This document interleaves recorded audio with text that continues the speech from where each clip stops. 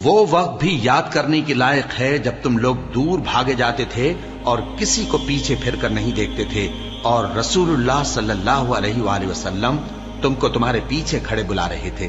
تو اللہ نے تم کو غم پر غم پہنچایا تاکہ جو چیز تمہارے ہاتھ سے جاتی رہی یا جو مصیبت تم پر واقع ہوئی ہے اس سے تم غمگین نہ ہو، اور اللہ تمہارے سب اعمال سے خبردار ہے۔ پھر اللہ نے اس پریشانی کے بعد تم پر تسلی نازل فرمائی، یعنی نیند، کہ تم میں سے ایک جماعت پر طاری ہو گئی، اور کچھ لوگ جن کو جان کے لالے پڑ رہے تھے اللہ کے بارے میں ناحق ایام کفر کے سے گمان کرتے تھے اور کہتے تھے بھلا ہمارے اختیار کی کچھ بات ہے؟ تم کہہ دو کہ بے شک سب باتیں اللہ ہی کے اختیار میں ہیں۔ یہ لوگ بہت سی باتیں دلوں میں مخفی رکھتے ہیں جو تم پر ظاہر نہیں کرتے تھے، کہتے تھے کہ ہمارے بس کی بات ہوتی تو ہم یہاں قتل ہی نہ کیے جاتے۔ کہہ دو کہ اگر تم اپنے گھروں میں بھی ہوتے تو جن کی تقدیر میں مارا جانا لکھا تھا وہ اپنی اپنی قتل گاہوں کی طرف ضرور نکل آتے۔ اس سے غرض یہ تھی کہ اللہ تمہارے سینوں کی باتوں کو آزمائے اور جو کچھ تمہارے دلوں میں ہے اس کو صاف کر دے، اور اللہ دلوں کی باتوں سے خوب واقف ہے۔ جو لوگ تم میں سے احد کے دن جبکہ مومنوں اور کافروں کی دو جماعتیں ایک دوسرے سے گتھ گئیں جنگ سے بھاگ گئے تو ان کے بعض افعال کے سبب شیطان نے ان کو پھسلا دیا تھا، اور یقیناً اللہ نے ان کا قصور معاف کر دیا۔ بے شک اللہ بخشنے والا ہے، بردبار ہے۔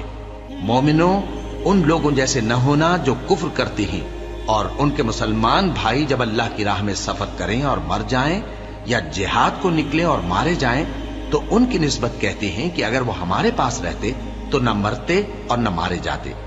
یہ اس لیے کہ اللہ ان لوگوں کے دلوں میں افسوس پیدا کر دے، اور زندگی اور موت تو اللہ ہی دیتا ہے،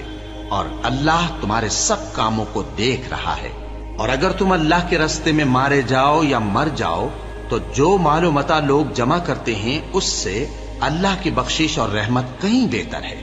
اور اگر تم مر جاؤ یا مارے جاؤ تو اللہ کے حضور میں ضرور اکٹھے کیے جاؤ گے۔ پھر اے نبی، اللہ کی مہربانی سے تم ان لوگوں کے لیے نرم مزاج واقع ہوئے ہو، اور اگر تم بدخو اور سخت دل ہوتے تو یہ تمہارے پاس سے بھاگ کھڑے ہوتے، سو ان کو معاف کر دو اور ان کے لیے اللہ سے مغفرت مانگو، اور اپنے کاموں میں ان سے مشورت لیا کرو، اور جب کسی کام کا پختہ ارادہ کر لو تو اللہ پر بھروسہ رکھو، بے شک اللہ بھروسہ رکھنے والوں کو دوست رکھتا ہے۔ اگر اللہ تمہارا مددگار ہے تو تم پر کوئی غالب نہیں آ سکتا، اور اگر وہ تمہیں چھوڑ دے تو پھر کون ہے اس کے بعد تمہاری مدد کرے؟ اور مومنوں کو تو چاہیے کہ اللہ ہی پر بھروسہ رکھیں، اور کبھی نہیں ہو سکتا کہ کوئی پیغمبر خیانت کرے، اور خیانت کرنے والوں کو قیامت کے دن خیانت کی ہوئی چیز اللہ کے روبرو لا حاضر کرنی ہوگی، پھر ہر شخص کو اس کے اعمال کا پورا پورا بدلہ دیا جائے گا، اور ان کے ساتھ بے انصافی نہیں کی جائے گی۔ بھلا جو شخص اللہ کی خوشنودی کا تابع ہو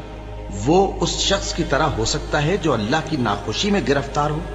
اور جس کا ٹھکانہ دوزخ ہے اور وہ برا ٹھکانہ ہے۔ سب لوگوں کے اللہ کے ہاں مختلف درجے ہیں، اور اللہ ان کے سب اعمال دیکھ رہا ہے۔